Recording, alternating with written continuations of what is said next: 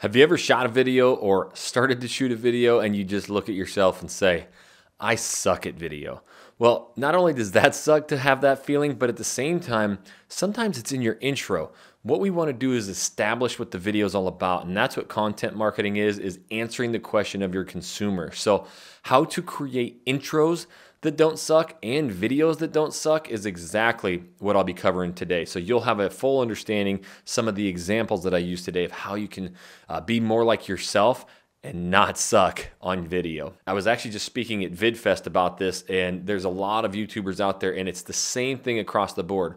Once they discovered how to open that video with a good solid intro, the rest of the video really doesn't matter. And the intro doesn't have to be like earth-shattering and all these visuals and B-roll. It just needs to answer the question.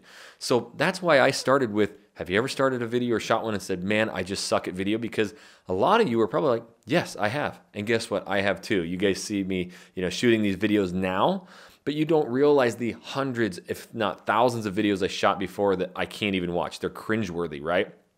And so what I want to do is I'm going to tell you how to truly shoot an introduction to a video, which sets you up for success. So it's going to be a couple different points, but at the end, we'll really dive deep into what you can take away from this video so that you don't suck. So first and foremost, it really comes down to passion driven. And whether I'm talking about a city, a suburb to live in, or this YouTube for real estate stuff, as I see, real estate agents take my stuff and then now they're the YouTube professionals, they don't have that story at the beginning of struggling for so many months and if not a year to get business. That's where all of this derives from, all this free content I give you. So when I open up videos and I'm like, hey, have you done X, Y, and Z? Or have you shot a restaurant shop bar interview? Or have you done a open house listing video and put it to your YouTube channel, it doesn't work? Guess what? I have too. Because that's what was taught for all these digital marketers, the Gary V's, and a bunch of real estate agents who don't get business from YouTube channels. They were teaching us to do that. I had to understand and learn what YouTube was. And so I created this path that you guys get to follow now. But I have a story. I'm answering the consumer's question, which is your question. Why does my intro suck? And what happened was I was doing what everybody told me. Hi, I'm Jackson Wilkie, your local real estate agent and local professional. I wasn't local. I just moved there a year ago. That was my freaking pain point. So what I started to understand was when I was trying to be somebody else, the local and the top realtor, and I just got my real estate license and I just moved to the area, I was feeding all of my viewers, subscribers full of shit. And that's just what happens. We're trying to be what we see other people. And so I actually see this now. People go, hey, Jackson, check out my video. Will you please look at it? Obviously, I can't get to everybody. I get dozens of these every day, but this is what I see. They're going, hey, in this video, we're going to teach you everything you need to know about living in Houston, Texas. The good, the bad, and the ugly, everything. So stay tuned. And it's just like, dude, really? It's just, there's no point to that. So I get it. I give these scripts, you guys can follow them and it does work, but you really have to start deriving from pain points, right? And that's the pain points of your consumers. So an intro, something that you can take away is something that you do all the time, right? If you do new construction, REO properties, investment properties, luxury, and you've heard me say this a million times, but you still don't grasp the concept of what your consumers want. So maybe you start going, hey, you're thinking about selling your house. Well, I'm going to teach you exactly how you do it yourself. You're thinking, wait, I'm in a market right now where basically houses are just flying off the shelf. What do I need to pay 6% for? So I'm going to tell you exactly how to do it. And so you actually answered the question. You're going to hit those objections, and what you're going to do is basically give them so much information and things they need to do that they're going to basically have to reach out and call you. Or you might have one or two people sell their house on themselves and they go, oh my gosh, this was the most amazing thing. And they'll send it out to all their friends. But those friends, the other 98 out of 100, they're not going to be able to do it. They don't have the time. They're not going to be able to order signs, get a bunch of flyers, hire a videographer, stage it, get a bunch of showings, contracts, all the stuff that you take for granted. That's what you need to talk about. So as I'm open and honest in these intros about the pain points, that's what hooks you guys in. And then I give you exactly what you ask for. So what I found with my intros that really work best is when I'm answering the question of the consumer. So where to live in Houston, Texas is not, hey, in this video, we're going to talk about where to live in Houston. Okay, it kind of answered the question, but I go, hey, thinking about moving to Houston, Texas? Guess what? I just did the same damn thing. In fact, I did it not only once, but I did it 2 times. This place is Huge. And you can be in one city that has the population that is bigger than the state I moved from. So it's impossible to find the perfect spot for you.